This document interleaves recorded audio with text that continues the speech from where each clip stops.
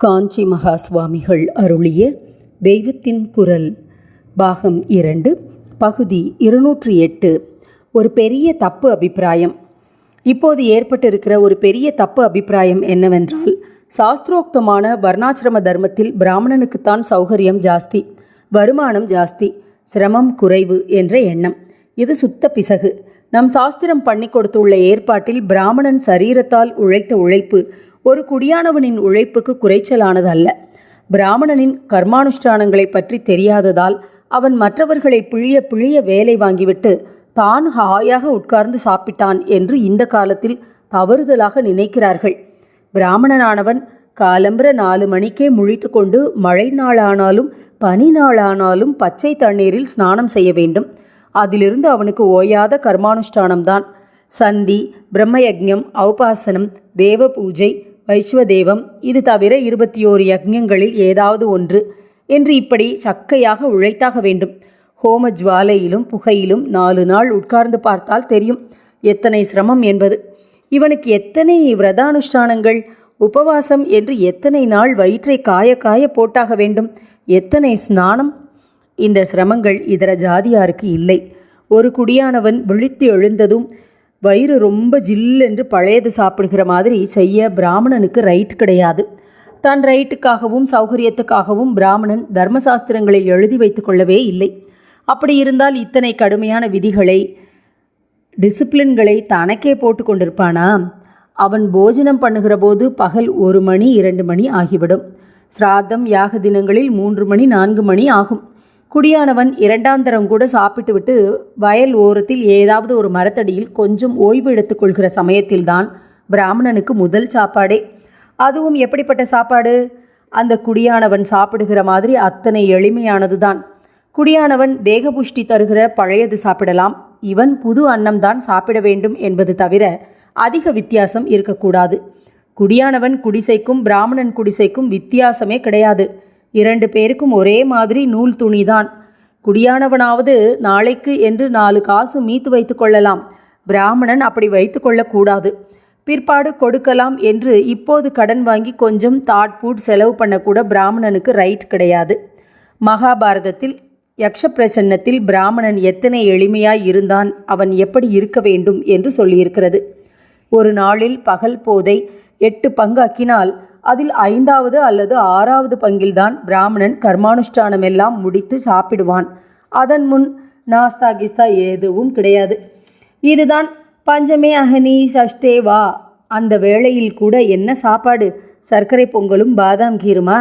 அல்லது தேக புஷ்டி தரும் மாம்சாதிகளா? இல்லை.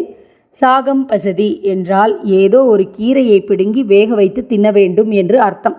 ஏதோ ஒரு முள்ளிக்கீரையோ பசலைக்கீரையோ பொன்னாங்கண்ணியோ ஆற்றங்கரையில் யாருக்கும் சொந்தமில்லாமல் முளைத்திருப்பதை மட்டும் சமைத்து சாப்பிட வேண்டும். பிராமணன் நதி தீரத்தில் வசிக்க வேண்டும் என்று வைத்ததற்கு காரணமே அப்போதுதான் அவன் அடிக்கடி ஸ்நானம் செய்ய முடியும் என்பது ஒன்று. இன்னொரு காரணம், அங்கேதான் பணம் காசே வைத்து கொள்ளக்கூடாத இவன் விலை கொடுக்காமலோ யாசிக்காமலோ 4 கீரையை பிடுங்கி வேக வைத்து ஜீவனை ரட்சித்து கொள்ளலாம் என்பது. யார் இந்த பார்ப்பான், பிடுங்கி தின்ன வந்தான் என்று யாரும் அதட்ட முடியாதபடி வாழ வேண்டும் என்று அர்த்தம். கடன் வாங்கக்கூடாது. கடன் வாங்கலாமென்றால் போக்கியங்கள், லக்ஷரிகளில் மனஸ் போகும். அதற்கு இடமே கொடுக்கக்கூடாது. இதுதான் அந்ரூணி என்றது. தரித்திரமும் அபரிக்கிரகமும் இவனுக்கு, அதாவது பிராமண லட்சணம். அதனால் இவன் கடனும் வாங்கக்கூடாது என்று இருக்கிறது. இப்போது சர்க்காரிலிருந்து ஆரம்பித்து பெரிய பெரிய தொழில் அதிபர்கள் உள்பட எல்லோருக்கும் கடன் தான். சாஸ்திரம் சொன்னபடி கடன் இல்லாமலும் பிறன் ஏவுதலுக்கு சலாம் போடாமலும் தன் தர்மத்தை செய்து கொண்டு இப்போது யாராவது இருக்கிறார்களா என்றால் அது நரிக்குறவர்கள்தான் என்று தோன்றுகிறது. கடைசியில் சொன்ன அப்பிரவாசம் என்பதற்கு தன் ஊரை விட்டு போகக்கூடாது என்று அர்த்தம். மானமோ அவமானமோ கஷ்டமோ நஷ்டமோ நமக்கு ஏற்பட்ட தர்மத்தை செய்து கொண்டு ஊரோடு கிடக்க வேண்டும். இப்போது இங்கிலாந்தில் செட்டில் ஆகிறோம், அமெரிக்காவில் செட்டில் ஆகிறோம் என்று வெறும் பணத்துக்காக ஆச்சாரங்களை விட்டுவிட்டு பறந்து கொண்டு இதை பெருமையாக சொல்லி கொண்டிருக்கிறோமே, இதை சாஸ்திரத்தில் ரொம்பவும் நிஷித்தமாக இழுக்கு என்று சொல்லியிருக்கிறது. இந்த மாதிரி எல்லா ஜாதியாரும் நன்றாக உழைப்பது, எல்லா ஜாதியாரும் பரம எளிமையாக வாழ்வது என்று ஏற்பட்டுவிட்டால் ஜாதி துவேஷமும் ஜாதிகள் போய்விட வேண்டும் என்ற பேச்சும் வரவே வராது. இப்போது ஒரு ஜாதிக்கு ஜாஸ்தி பணம் சௌகரியமும் இன்னொன்றுக்கு தரித்திரம் உழைப்பும் வரும்படியாக ஜாதி முறை அமைக்கப்பட்டிருக்கிறது என்ற நினைப்பு ஏற்பட்டிருப்பதால் தான் இந்த சீர்திருத்தம் எனப்படுகிற அபிப்பிராயங்கள் வந்திருக்கின்றன. எளிமையும் உழைப்பும் தான் திருப்தி தருவது, சித்த சுத்தி தருவது. 1000-10,000 வருஷங்களாக நம் தேசத்தில் இப்படித்தான் நடந்து வந்திருக்கிறது.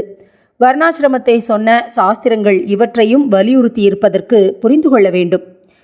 குணம் அல்லது மனோபாவம் என்பதை வைத்து இக்காலத்திலும் தொழிலை தேர்ந்தெடுக்கவில்லை என்று சொன்னேன். இப்போது பணம் வசதி இவற்றை மட்டும் பார்த்து வேலை தேடுவதில்தான் அத்தனை கஷ்டமும் ஏற்பட்டிருக்கிறது. எல்லோரும் எல்லா வேலைக்கும் வந்து விழுந்து போட்டியும் பொறாமையும் வேலையில்லா திண்டாட்டமுமாக ஆகியிருப்பதற்கு இதுதான் காரணம்.